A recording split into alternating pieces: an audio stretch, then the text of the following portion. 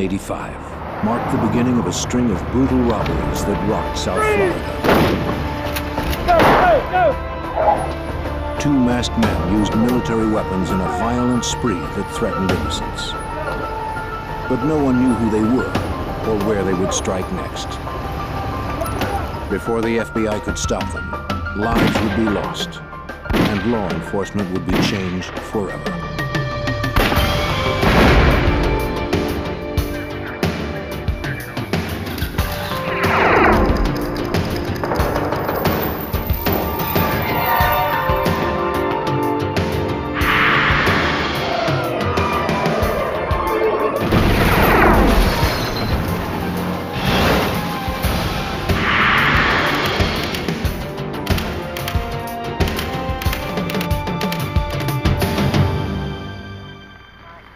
In Miami, a gang of robbers targeted banks and armored cars.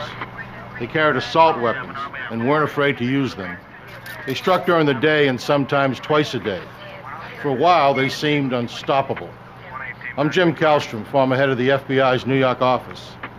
We knew that to stop these criminals would require stealth, ingenuity, and perhaps a little luck. No one expected to become one of the bloodiest chapters in FBI history. Miami, Florida, 1985. To FBI agents, it seemed a city under siege. Each week, there were 3 to 5 bank robberies. Kidnappings, major drug deals, and shootings were everyday occurrences. But just when it seemed things couldn't get any worse, a new breed of outlaws hit the streets and turned the Miami crime wave into a war.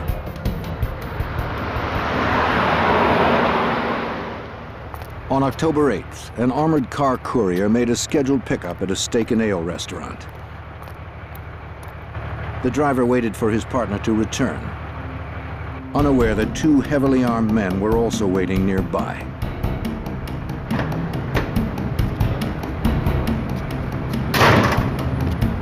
As the guard approached the rear of the truck, the gunman advanced with military-style precision. Hold it! Come out! I can't. Open the door. Open the door. The driver refused to open his door. He drove away following company policy.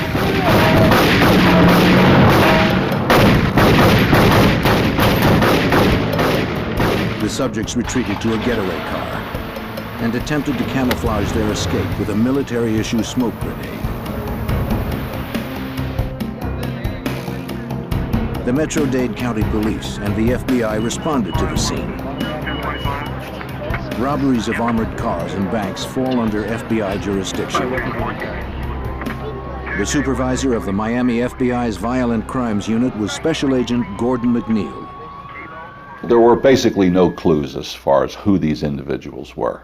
We had absolutely no idea, no way to go. No one had seen them without the black hoods over their faces. They wore gloves on both hands. One piece of information witnesses did provide was the license number of the getaway car.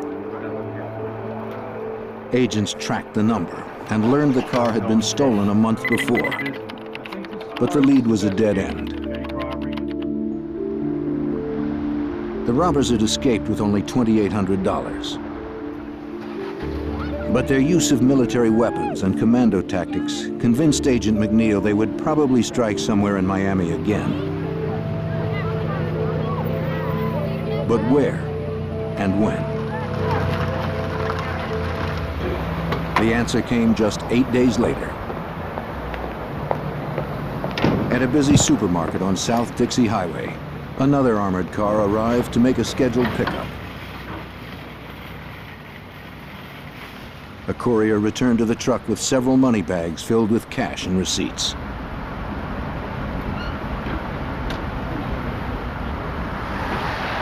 He never saw the car that came around the corner.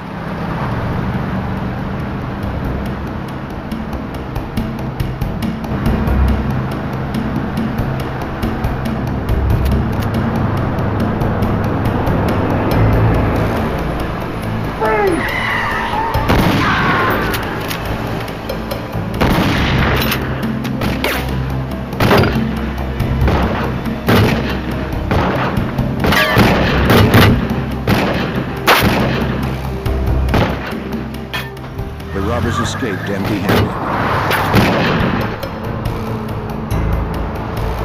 Metro-Dade police and the FBI quickly responded to the alarm. 6 Adam 31, 1097. These men were clearly not afraid to use deadly force.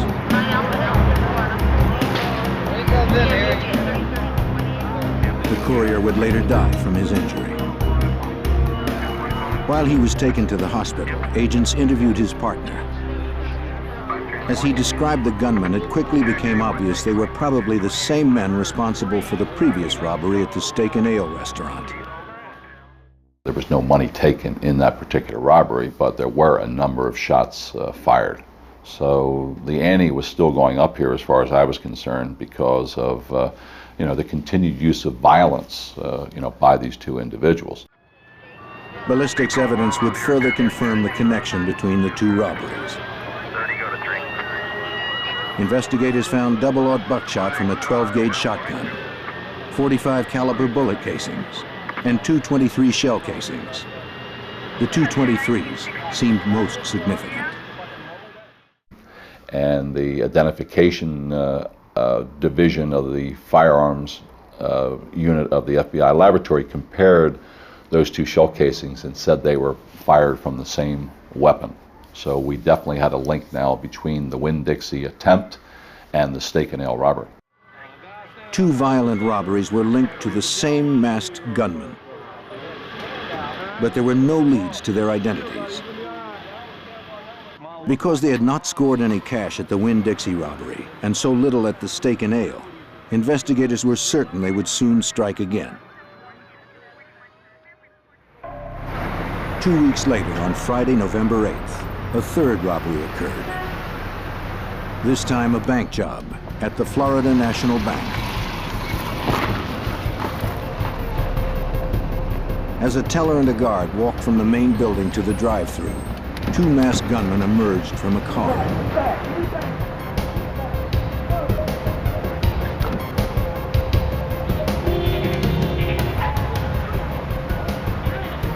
At gunpoint, they ordered the teller to open the door to the drive-thru. Get it open now. She tried to comply, but there was a problem with the key. Hurry up! Stalled in broad daylight at a busy intersection, the gunman aborted the robbery and fled with only the $10,000 the guard had been carrying.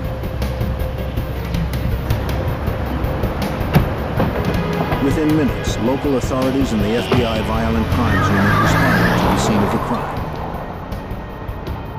Just a few blocks away from the two previous robberies. This pattern was starting to develop that all these crimes were happening in the same general area along U.S. Highway number 1. FBI interviews with the bank employees confirmed that the robbers were the same pair who'd hit the armored cars. Maybe they figured a drive-through bank would be less heavily fortified than armored cars, easier sources of cash. There was no higher priority in this case. We had to find these guys, and we had to get them off the street before they killed more innocent people.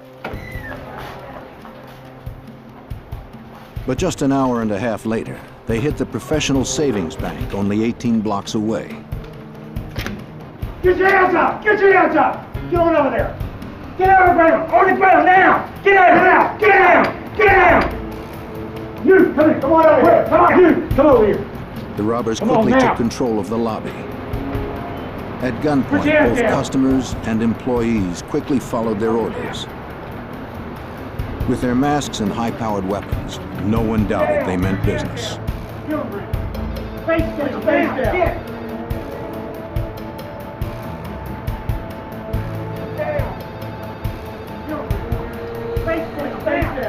This time, they scored big.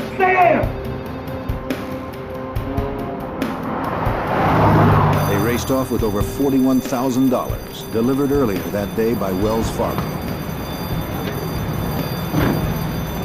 They escaped in yet another getaway car, a Chevy Monte Carlo.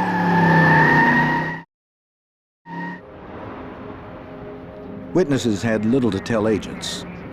The robbers had entered quickly and forced everyone down on the floor where they couldn't see what was going on.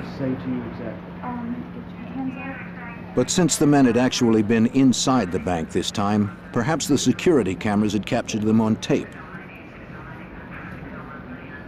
Agents were soon disappointed to learn that the cameras had somehow malfunctioned and nothing had been recorded. It was the fourth robbery in 6 weeks. The heavily armed robbers were looting banks and armored cars in broad daylight. The witnesses in these cases indicated that they felt that these people looked like true professionals. The way they walked, the way they talked, the way they carried the weapons. And I truly believed up until when we finally found out who they were, that we could very easily have been dealing with police officers here or very recent ex-military.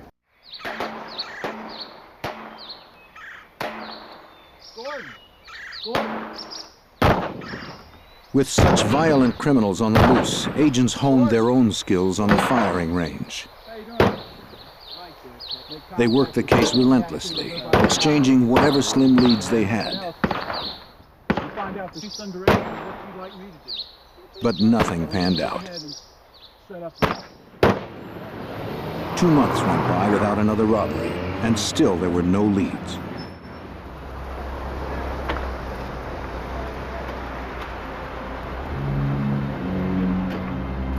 On Friday, January 10th, 1986, William Roberts prepared to make a transaction at the Barnett Bank, just as an armored truck was unloading outside.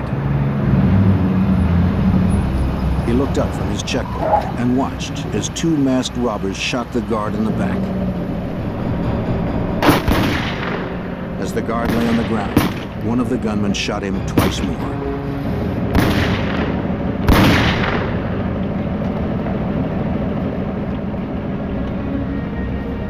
This was the robbers' 5th heist in just 3 months, and another big hit.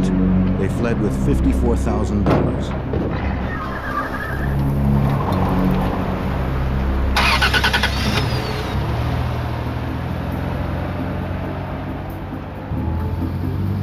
William Roberts trailed the men for blocks. Though he maintained a safe distance, Roberts worried the thieves knew he was following them.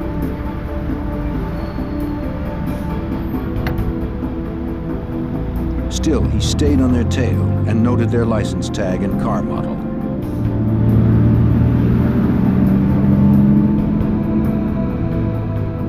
He tracked them to a parking lot where they pulled in next to a white pickup truck.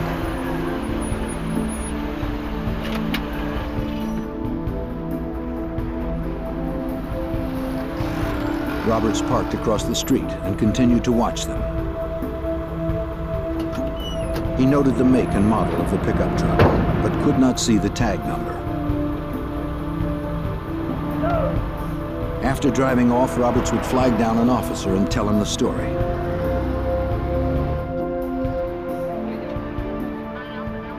The FBI responded to the scene and interviewed bank employees.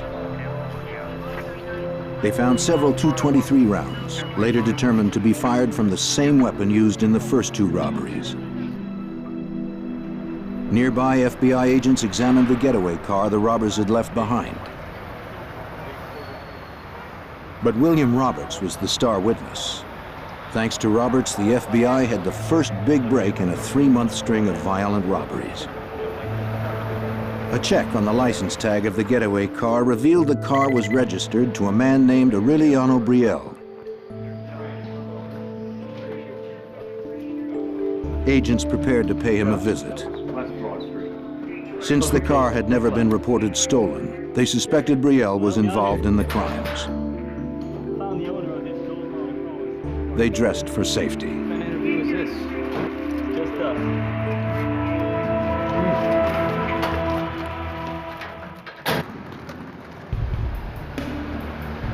In Miami, the FBI had been tracking 2 masked gunmen who had been robbing armored cars and banks, already killing 1 guard.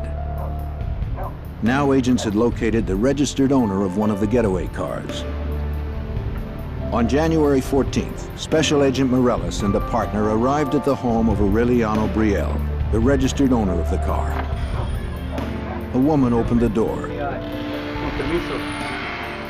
Special Agent Morales now works undercover and wears a hood to protect his identity. She asked me if I was there about her son, and I said yes, I was, as a matter of fact. She said, well, my son Emilio has been missing. Mrs. Brielle's husband came to the door and they invited the agents to come into the house.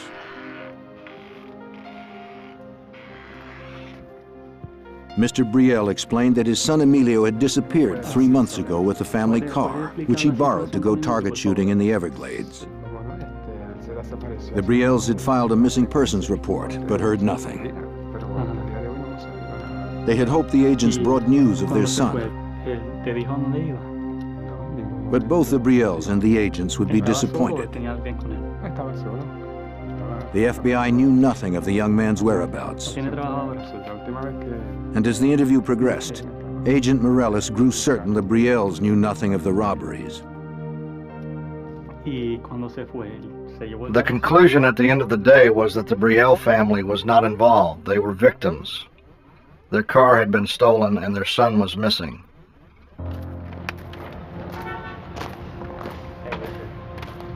The Metro-Dade Police Department processed the Brielle's car with FBI agents observing.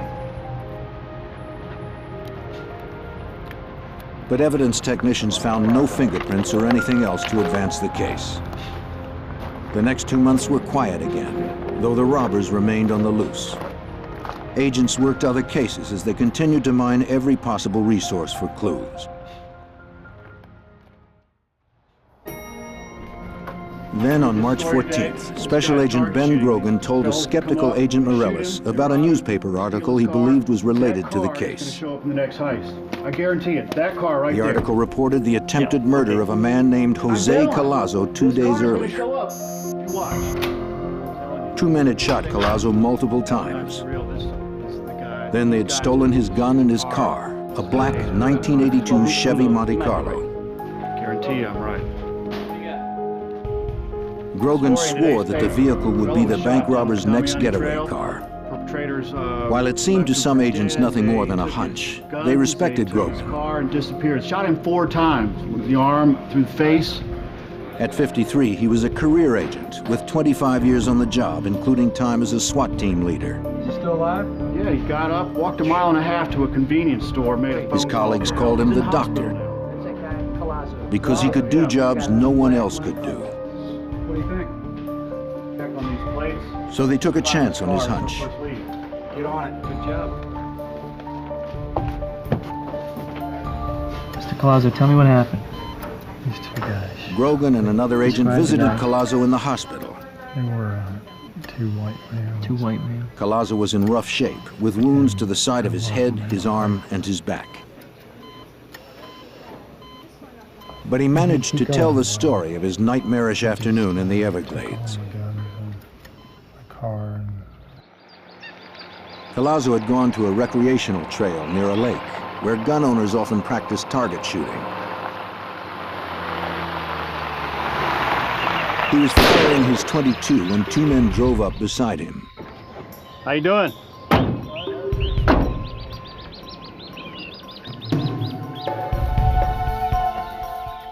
The driver pulled a gun on Collazo, Hold up, shut up. who somehow had the presence of mind to identify it as a steel blue Magnum revolver. Shut up. He pegged the other man's rifle as a Ruger Mini 14. Shut up, shut up. Give him the gun.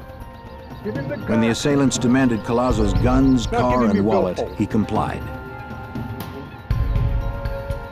Now back on up. Back up. Give you everything. Back up. Shut up. But they shot him several times anyway, Back up. at close range.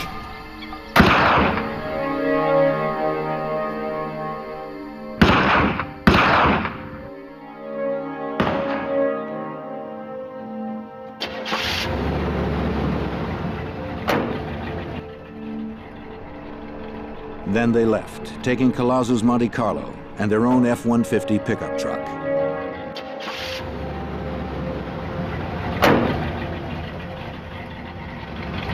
As they drove off, they believed Collazo was dead.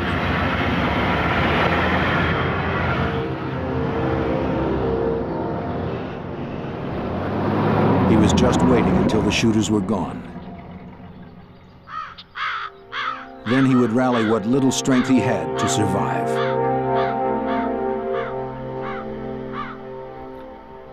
Collazo had to make a decision as to whether he would try to live or just lay down and die.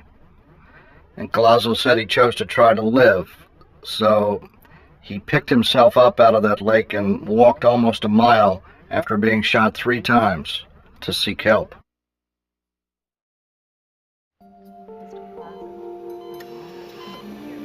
Finding Collazo was the best break in the case so far. He provided the single clue no witness until now could offer: a description of the suspects' faces. They had not worn masks when they assaulted him. Using Collazo's description, a Dade County police artist drew composite sketches of his assailants. The drawings would be made into posters with information about the suspects and their crimes, plus the warning that both men were heavily armed and extremely dangerous.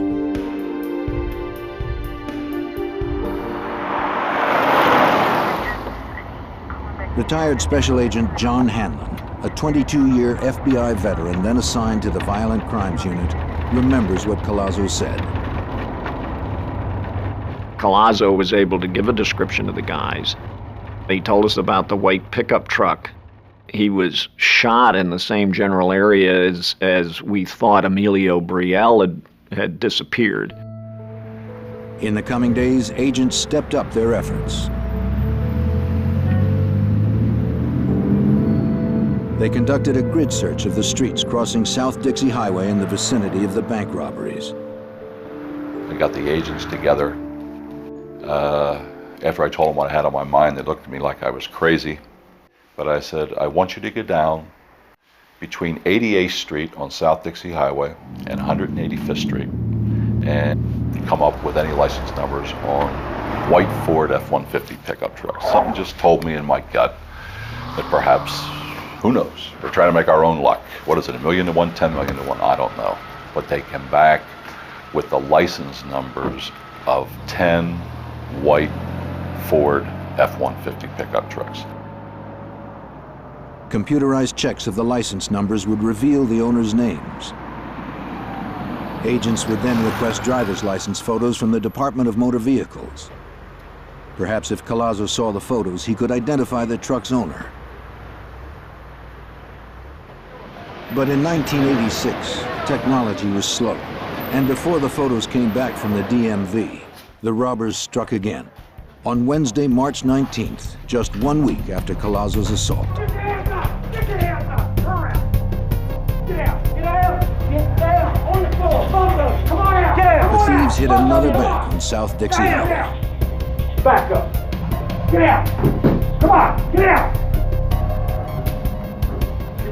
Give me the bag! It was their 6th hit in 5 months. Give me the money! Get it! Put your face down! Be quiet! One kept the terrified customers at bay. The other looted money from a teller. Stand, everybody! Go, move! Don't look up! The men escaped with over $8,000 in cash.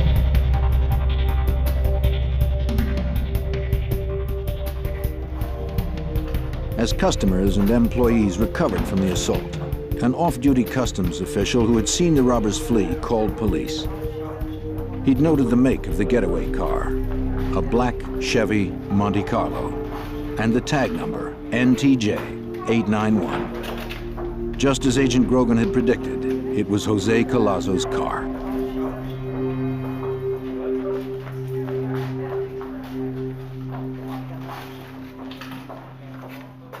They didn't even change the tag. And we're not really sure whether they were, well, we're pretty sure they weren't that stupid, but we speculate that in their minds, you know, they were these hard men. And we think that they were probably just saying, hey, in your face, police, you know, come and get us if you can. Investigators learned little of value from witnesses. At this bank, the security cameras had filmed the entire robbery. But the videotape was of little use. The camera's lenses had captured little more than unidentifiable masked bandits. There was little doubt these robbers planned each hit carefully. It appeared to me that they were doing surveillance of the banks prior to some of the robberies, because on most occasions they robbed the bank within 10 minutes of delivery of a cash shipment by an armored car company. So they were waiting until the cash was inside from the armored car company and then hit the bank. On April 10th, Gordon McNeil and Ben Grogan discussed the case at firearms practice, sifting for any clues they may have overlooked. It had been about 3 weeks since the last robbery. There were no clues to the thieves' identities, but McNeil detected a pattern. You're always looking in law enforcement for patterns of crime, things that seem to happen on a consistent basis. And the only thing that we had gone in these cases was this significant pattern that developed, always on Friday between 9 and 12, hitting the same banks multiple times, always in the same 40 square block area, always along South Dixie Highway. Agents planned a surveillance for the next day. They would fan out to patrol the area where the robbers had struck so often. Hey guys, you got a minute? Yeah. Unit Supervisor Gordon McNeil personally led the operation. Everybody will leave from that location. So we just couldn't wait for them to rob another bank. We had to get out there and we had to make our own luck, and maybe we could find them. Start watching for the vehicle. You come across Agent Hanlon remembers what happened next. put it into play. Hopefully it'll work out. Eddie Morales walked over and said, "Hey, let's go down there." And I thought, well, what the heck, you know? So as a whim, I mean, there was no pressure to go or anything of that kind. I mean, I certainly had enough to do, and I liked Eddie, and I figured, well, we'll go on down there, we'll ride down, and you know, rather cavalierly, and spend some good times with Ed, and we'll take it from there. Many believed it was a long shot, but 14 Miami FBI agents met in a parking lot at 8:45 a.m. on Friday, April 11th, 1986. They would surveil a 53-block grid along South Dixie Highway, where 2 commando-style gunmen had pulled off 3 bank robberies and 3 armored car heists in 6 months. The suspects were described as white men, of medium build, one with a handlebar mustache, both about 30 years old. They were heavily armed and extremely dangerous. They might be driving a black Monte Carlo, license number NTJ 891. After a robbery spree that had lasted 6 months, Miami FBI agents went on the offensive in search of 2 killers, possibly driving a black Monte Carlo. They met to patrol an area where the 2 armed robbers had used military tactics to hit armored cars and banks.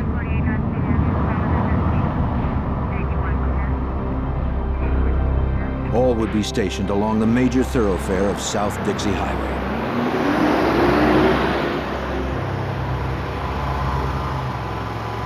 Agents Ben Grogan and Jerry Dove were on their way to stake out the Barnett Bank when the impossible happened. A car that fit the description of the suspect's vehicle pulled directly in front of them. In disbelief, Agent Grogan advised all units of what he saw.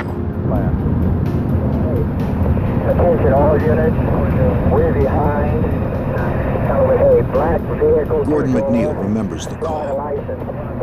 Grogan was not an emotional person. Nothing could get Grogan excited. And I still remember his voice.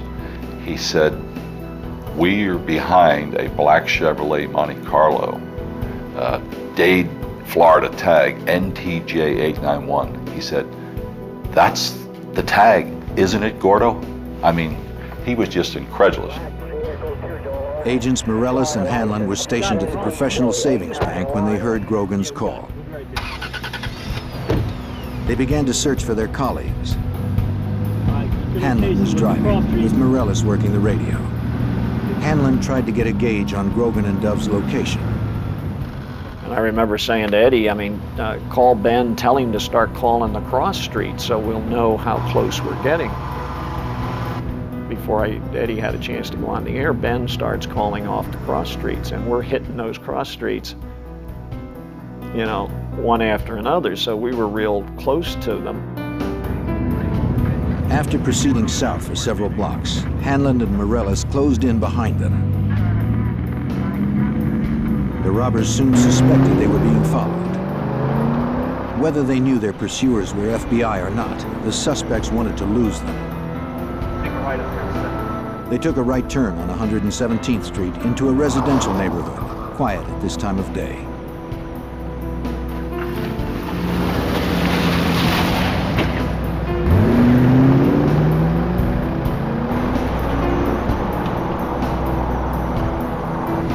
Still following? Still behind us. They're coming.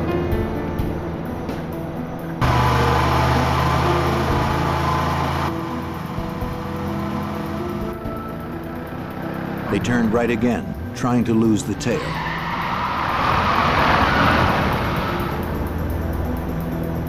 But the agents hung on, playing for time, as Agent Morellis recalls. We were just trying to wait for as many FBI units to get to the location as possible. And we were also basically responding to what the subjects did. They weren't in any hurry. When they turned onto 120th Street, they actually slowed down.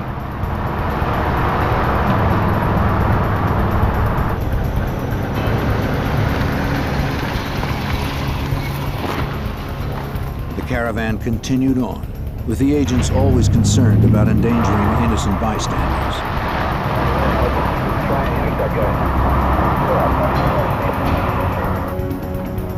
Then the suspects made a left onto 82nd.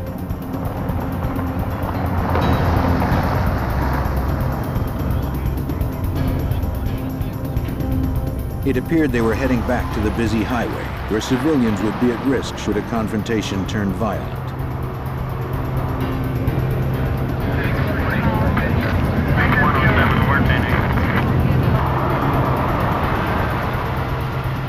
When Grogan saw the silhouette of a long-barreled rifle through the rear window of the subject's vehicle, he knew it was time to act. Got any car stop, let's do it. It was clear the suspects were preparing to do battle. Grogan put the light on his car and ordered a felony stop.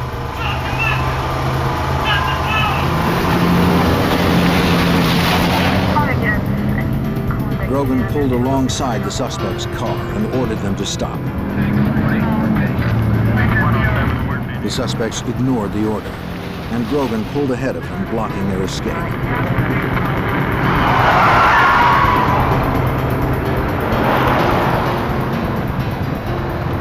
Hanlon and Morellis moved up, boxing them in.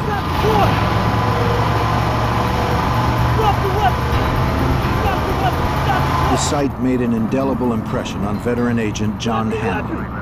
And I'll never forget the man's face. I mean, I could pick him out today. I mean, he looked like your basic Western bad man. He looked very, very determined. It seemed the suspects were as desperate to prevail as the agents who pursued them.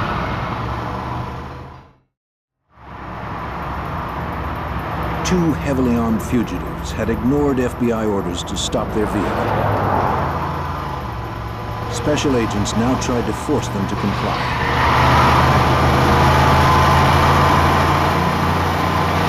The last to catch up to the group was Agent Richard Manauzi.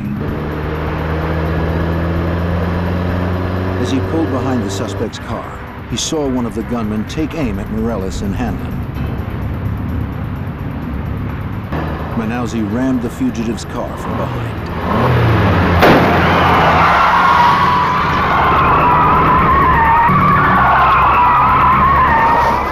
They swung into a U-turn, and then Manauzi was able to hit him again and knocked him over into this parking area up against some cars over there.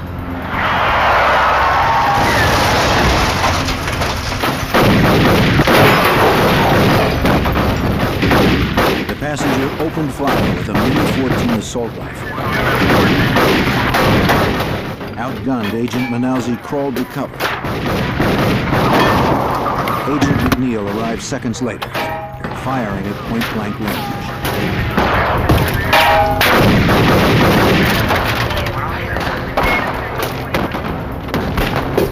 They were surrounded by FBI. Their vehicle could not move, but they had superior firepower.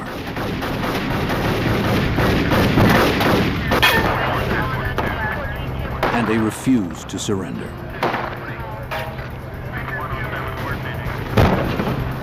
The driver fired a shotgun blast at Grogan.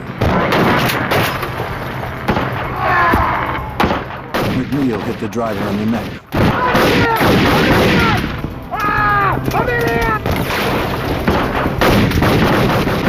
But the semi-automatic kept pumping out the rounds until one finally caught McNeil in the hand. Morellis and Hanlon advanced to cover him. Hanlon's .38 held 5 rounds. The Mini-14 had 30 rounds in each clip. And one of them shot down Agent Morellis.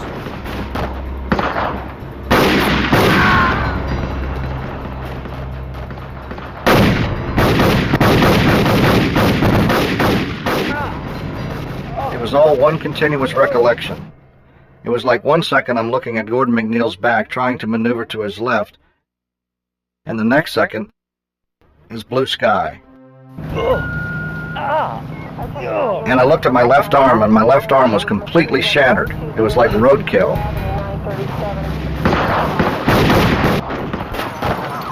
His partner was down, but the shooter kept on firing.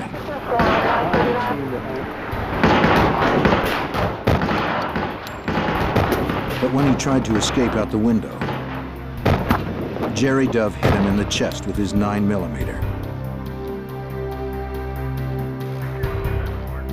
But to Dove's horror, the man shot McNeil in the neck. I couldn't move my upper body, I couldn't move my arm, and I couldn't move my legs, so I assumed that I was totally paralyzed at that particular point. I couldn't move. 2 more FBI agents arrived and joined the gunfight.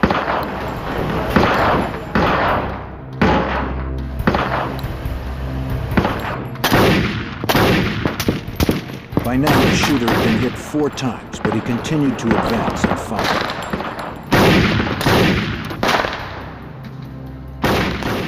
He just made up his mind that he was gone down, he was gone out, and he was going to take as many of us with him as he possibly could. The agents knew they were outgunned, firing 6 shooters against the suspect's 30-round semi-automatic assault weapons.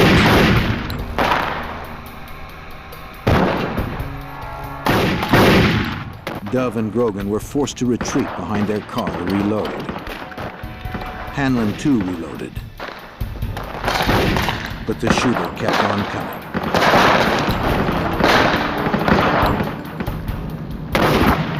And one went right through my knuckles on my right hand and through the knuckle in my thumb. A bunch of lead and whatever went into the back of my arm, and I remember my gun going flying. I said, "Ben, I've been hit." As Hanlon tried to retreat under the bumper, the gunman shot him in the groin. The blood geysered from my groin to my knee. I mean, the blood just came out like a balloon breaking. Grogan was hit. And then Dove. Before they could reload their weapons. I remember Ben saying, "Oh my God," and he fell at my feet. And at some point along in here, I heard the breath go out of him. He went, "Ah." The subject made his way to Agent Dove's car. With his left arm nearly blown off, Agent Morellis managed to pull himself up.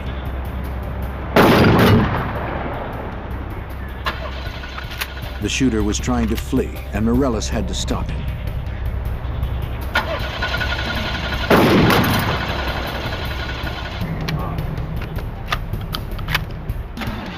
Mortally wounded, the second suspect somehow dragged himself out of his car and joined his partner. If the car started, Morales knew they could only go in reverse and back over the fallen agents. Eventually, I just got angry because I knew internally that I was dying, and my one last thought was, hey, if I'm going to die, I'm going to take these guys with me. I'm going to make sure that they're dead.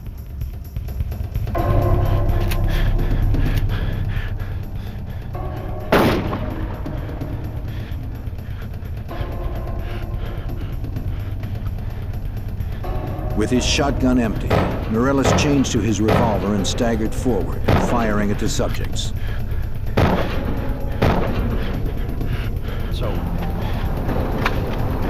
Morales' shots lodged in the men's spines, killing them both. It was a violent end to the lives of two violent men. Just a few minutes after it began, the bloodiest firefight in FBI history ended in tragedy. 2 agents were dead and 5 wounded. 2 suspects still unidentified had also been killed. Over here! Hurry up! Hey, let's have killing me, man! 3314. Agent Jerry Dove lay dead. At the age of 30, he'd earned a law degree and fulfilled his boyhood dream of joining the FBI. He wanted to make a difference and had given his life trying.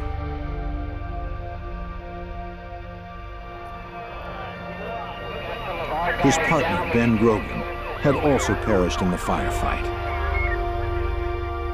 He had been just 1 year away from retirement when his wife could finally have stopped worrying about her husband's dangerous career.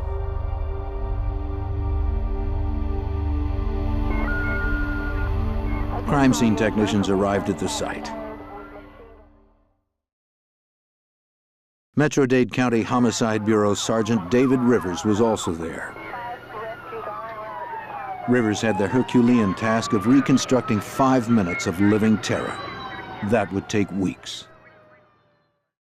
Well, we have to find out what happened. And you do that in various ways. You obviously speak to the agents that were involved, and they can tell you what each one of them did individually. And then part of that is to take those different statements as to what they did individually and match it up with the physical evidence. The wounds on the body, the bullet holes in the cars, where the guns are located, where the cars are located, and to reconstruct it to make sure everything's exactly interpreted properly. Technicians recovered 143 bullets fired from the fugitives' weapons. Questions that had plagued agents for so long were finally being answered. The Ruger Mini 14 rifle used to kill agents Grogan and Dove would match the .223 bullets found at some of the armored car and bank robbery scenes.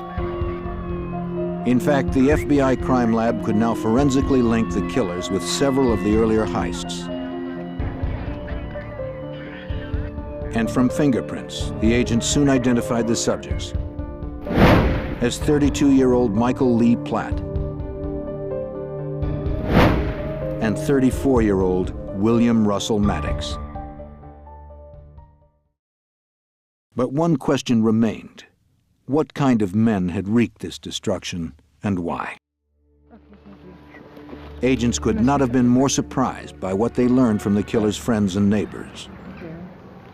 Instead of outlaws living on the edge, prepared for the ultimate confrontation, Platt and Maddox were known as quiet family men. Photos showed their families relaxing together.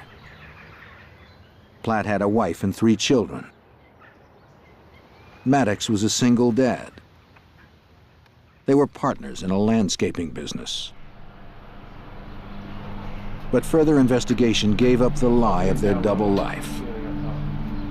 Inside a shed, agents found guns and ammunition, including the .22 Maddox and Platt had stolen from Jose Collazo when they tried to kill him in the Everglades. Agents would also uncover evidence of a bizarre murder pact in which the men may have killed each other's previous wives. No one had been charged in the two cases, but now they would be reopened. Within days, agents would confirm that Maddox and Platt had killed 25-year-old Emilio Brielle in the Everglades. A hiker found Brielle's skeletal remains in the Everglades, not far from where Collazo had been assaulted. Then another tragic footnote surfaced. Hey, how did that interview go for you earlier today? Special Agent Steve Warner received a package from the Florida Department of Motor Vehicles. In it was a copy of William Russell Maddox's driver's license. He was the owner of one of the white Ford F-150 pickup trucks agents had located a few weeks before. But there had been a delay in sending the licenses. If they had arrived April 11th or prior to that, Collazo would have been able to positively identify Maddox, and we probably would have been able to arrest Maddox, and also Platt, and 2 FBI agents wouldn't have been killed. But that's not the way the luck worked out in this particular case. The FBI investigation revealed that both of the killers had served in the military.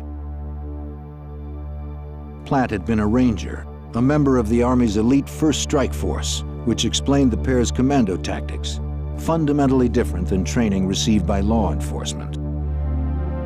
We don't have an acceptable body count in civilian law enforcement. We're taught one way, and that's defensive type shooting. You take cover, you do not take casualties. And then you look at the way Platt reacted that day. He reacted in a military fashion. He had the heavier weapon. He had the Mini 14 with a 30-round capacity. His back was basically against the wall. He had no place to go, so he advanced forward on our position, laying down suppression fire, and ambushed Grogan and Dove, who were behind the car. As agents finally put the pieces together, a frightening portrait emerged of 2 formidable adversaries.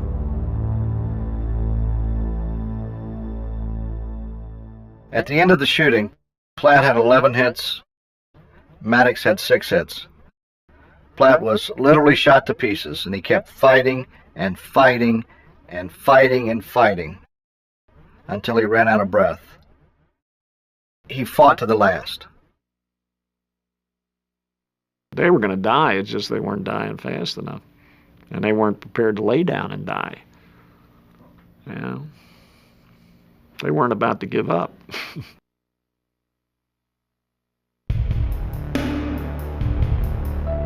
Out of this tragedy came some positive changes that have improved the safety of all in the law enforcement community. Agents and officers now carry more powerful weapons, and their training better prepares them for violent confrontations like the one on April 11th, 1986.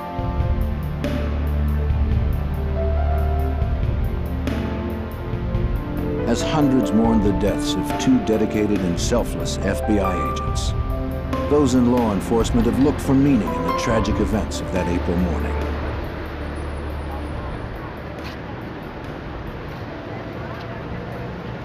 Over the years, Gordon McNeil has found some resolution. The story's not Platt and Maddox. It's not important who they were. It's important to recall the courage that was shown by the agents that day and the FBI. They did their job.